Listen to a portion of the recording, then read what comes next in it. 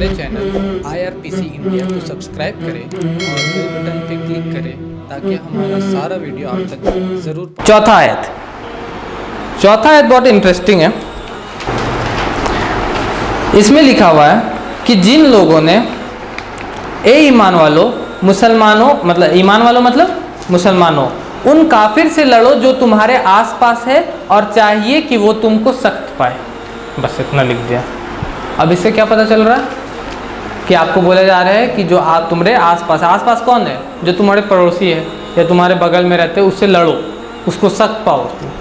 लेकिन ये भी आउट ऑफ कॉन्टेक्स्ट है, ठीक है। अगर आप नबी सल्लल्लाहु अलैहि वसल्लम की ज़िंदगी को पढ़िएगा, उनकी लाइफ को देखिएगा तो आपको पता चलता है ये कि नबी सल्लल्लाहु अलैहि वसल्लम को मक्का से निकाला गया, उन पे जुल्म किया गया। उसके बाद जब वो मदीना चले गए वहाँ पर भी छोड़ा नहीं, वहाँ पर भी हमला करने आ गए। खंदक, बैटल ऑफ बदर की लड़ाई, बैटल ऑफ खंदक की लड़ाई, और उहद की लड़ाई, और वहाँ पर भी पूरी कोशिश रही कि मुसलमानों को मार दिया जाए।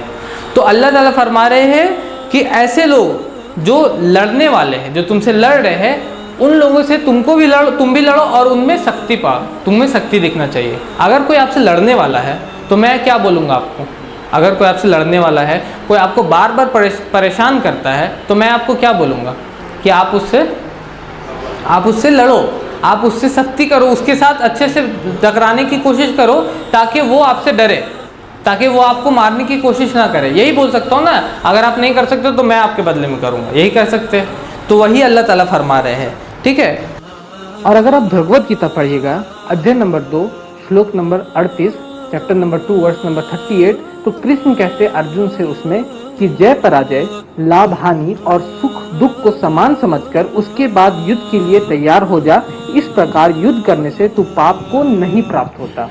अगर मैं सिर्फ इतना कोट करूं, इतना लोगों को बयान करूं और कहूं कि कृष्ण कह रहे हैं लोगों से लड़ने के लिए, कृष्ण कह रहे हैं कि इसके बाद युद्ध करने से, लड़ाई करने से तुमको कोई भी पाप नहीं होता और तुमको लड़ना चाहिए, तुमको लोगों से झगड़ना चाहिए, तो ये सरासर गलत होगा। क्योंकि मुझे साथ में कॉन्टेक्स्ट को बयान करना होगा, मुझे साथ में पस मंजर को, संदर्भ को बयान करना होगा इस पूरे बात को समझने के लिए कि क्या कह रहे हैं कृष्ण अर्जुन से।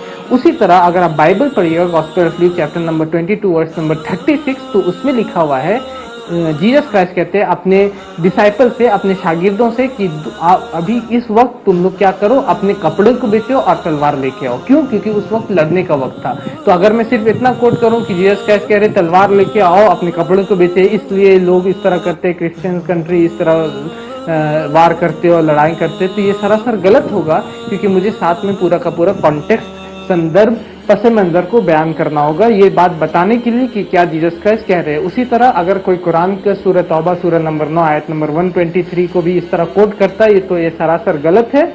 क्योंकि हमको कॉन्टेक्स्ट जानना होगा, हमको पस मंजर जानना होगा, हमको ये जानना होगा कि ये लाइन किसके बारे में बात हो रही है और किस वजह से ये आयत नाजिल हुई थी। जैसे कि इंडिया और चाइना का बॉर्डर है ना, इंडिया और चाइना का बॉर्डर। अब इंडिया और चाइना के बॉर्डर में क्या बोला जाता है, इंडियन सोल्जर को क्या बोला जाएगा कि चाइनीज़ वाले वहाँ लड़ने के लिए तैयार है, तो क्या बोलो, गला मिलो, क्या किया जाएगा? नहीं ना, गला मिलने तो नहीं बोला जाएगा।